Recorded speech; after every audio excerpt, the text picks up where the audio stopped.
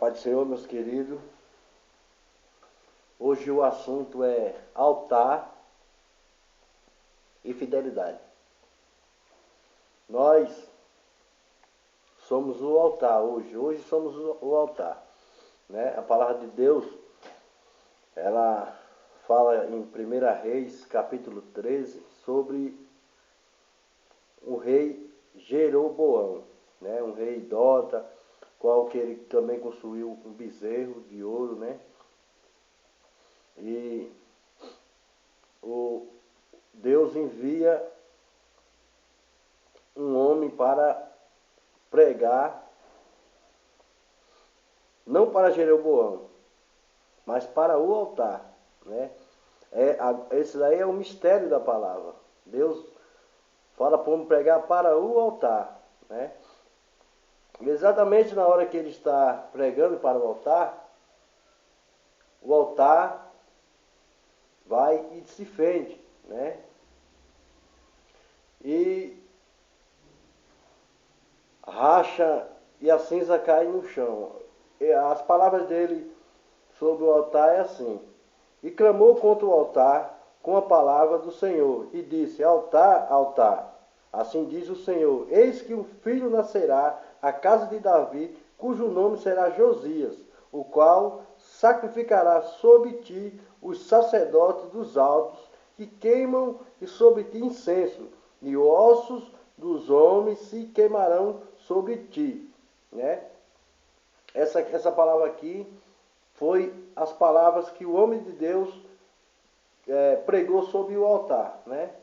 Como eu falei, o altar aqui rachou, e o Jeroboão estende a mão sobre a cinza, né? E a sua mão seca. Sua mão seca. E ele imediatamente ele clama e pede para o homem de Deus, pedir para Deus restituir sua mão. E o homem de Deus, ele vai, fala com Deus, na mesma hora a mão dele volta como era antes.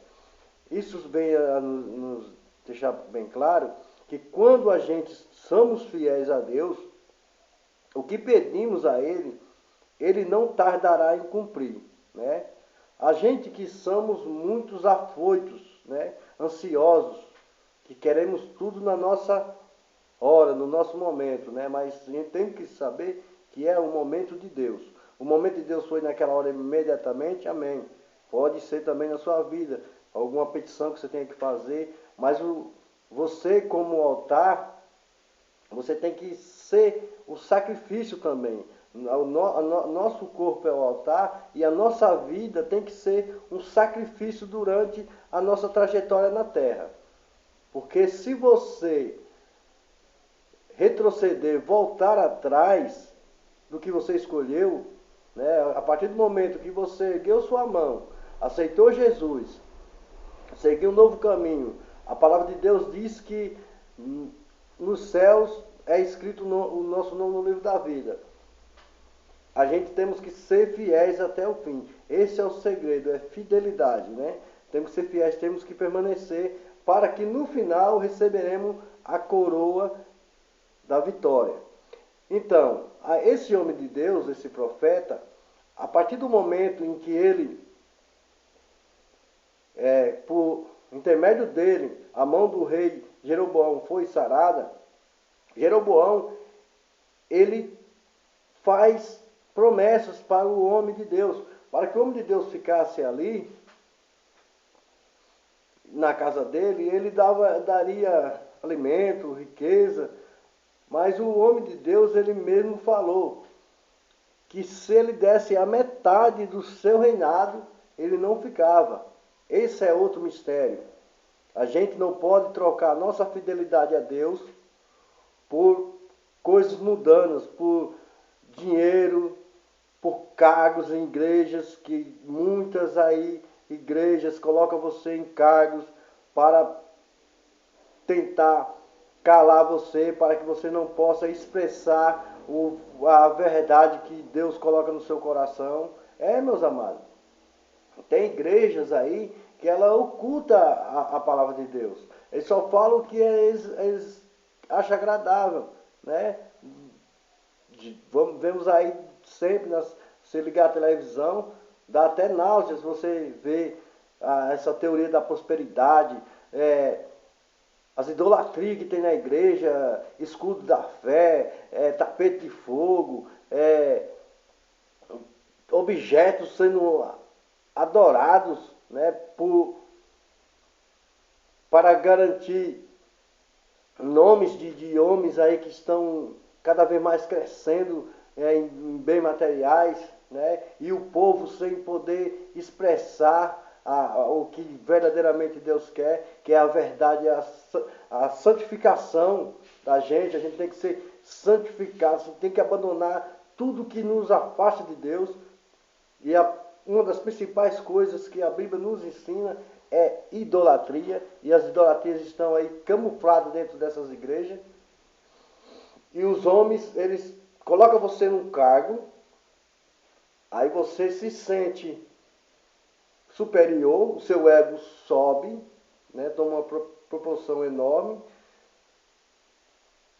fica fazendo parte daquela panela, e você só vai falar o que eles querem.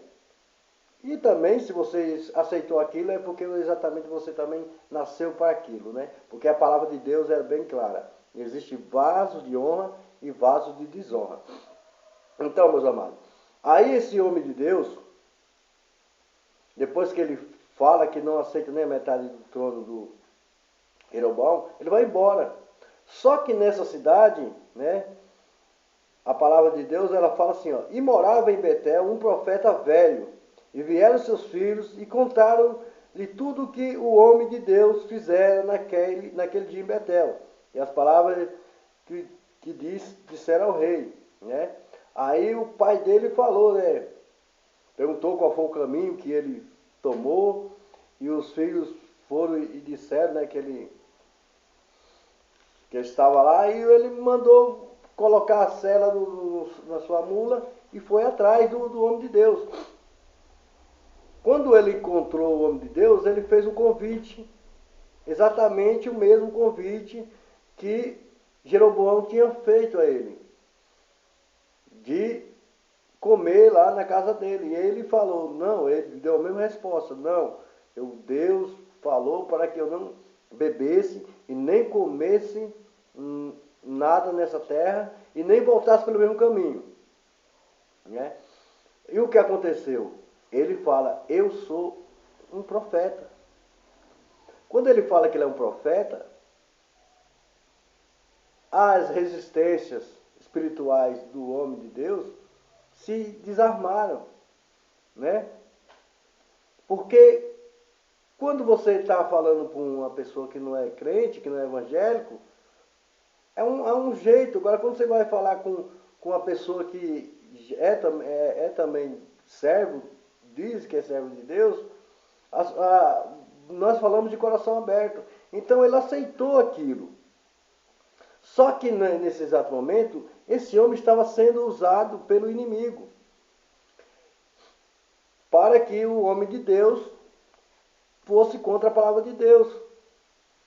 E aconteceu dele ser seduzido, né? Isso que temos que ter cuidado, nós que somos crentes, evangélicos, que eu costumo falar evangélico, com as coisas que a gente encontra aí, mesmo nas igrejas. Porque muitas vezes a gente absorvemos coisas que não é de Deus. E a gente temos que pedir a Deus discernimento para que a gente possamos excluir isso da nossa vida, né? Porque a palavra de Deus é bem clara. Existe o joio dentro do trigo, né? Quer dizer que o inimigo ele está ali dentro também. A palavra de Deus mesmo é clara de falar que o maior crente é Satanás, que ele crê que estremece, né? A gente não tem não consegue nem se tremer muitas vezes, quanto mais estremecer as coisas em volta da gente, né? E a gente temos que procurarmos sermos fiéis como esse profeta não foi, né? Porque qual foi o resultado dele? Quando ele se alimentou com outro profeta, Deus revelou. Falou para o profeta velho e falou, ó, você foi contra meus mandamentos, foi contra a minha palavra, né? No exato momento ele foi embora, já sabia que tinha pecado contra Deus, e no caminho o leão o matou. O leão não chegou nem a comê-lo, só fez matá-lo, e nem atacou nem o jumento dele, só atacou ele, né? E se a gente formos ver, meus amados, a partir do momento que você aceitou Jesus como seu único e suficiente Salvador, o inimigo ele fica numa revolta muito grande, porque Satanás ele tem uma inveja muito grande da humanidade, porque a gente podemos ter o que ele abriu de mão, o que ele não quis por ganância e acabou sendo expulso do céu. Nós temos o privilégio de adorar a Deus, de estar presente, morar eternamente nas mansões celestiais. E Satanás não tem isso mais. Então, por essa inveja grande, Satanás, ele faz de tudo. Ele usa até pessoas da igreja para matar a sua fé. Isso já aconteceu, eu já presenciei isso. E é o que mais tem. Satanás usando pessoas que estão lá na igreja, pessoa próxima de você, talvez até seus parentes, para matar a sua fé. Uma prova maior que essa não existe, quando o próprio Satanás usou a boca de Pedro para falar com Jesus. Então Jesus estava falando da profecia que seria realizada sobre sua morte. Satanás vai e usa a boca de Pedro, né? Então, meus amados, a gente temos cuidado de não perdermos a nossa fidelidade com Deus. Esse é o segredo de a gente morar no céu, é sermos fiéis, né? E se a gente voltarmos, vai acontecer igual aconteceu com esse profeta, o leão vai nos tragar, né? Aconteceu como aconteceu com Sansão. Qual foi o maior erro de Sansão? Voltar. Sansão ele tinha matado um leão, e para sua decadência, como ele já estava já corrompido, né, pela prostituição, né, ele volta no lugar que matou o leão. Quando chega lá, tem uma colmeia da carcaça do leão. E ele, como nazareu, ele não podia tocar em morto, né? Tinha umas regras, né? Não cortar cabelo, né? Não tocar em morto. Uma série de regras que ele tinha que fazer para ser diferente dessas pessoas, das outras pessoas. E o que acontece? Ele, além de ele tocar na carcaça do morto, ele come do mel. Aí, meus amados, tudo o que aconteceu foi porque voltou. Então, tenham cuidado.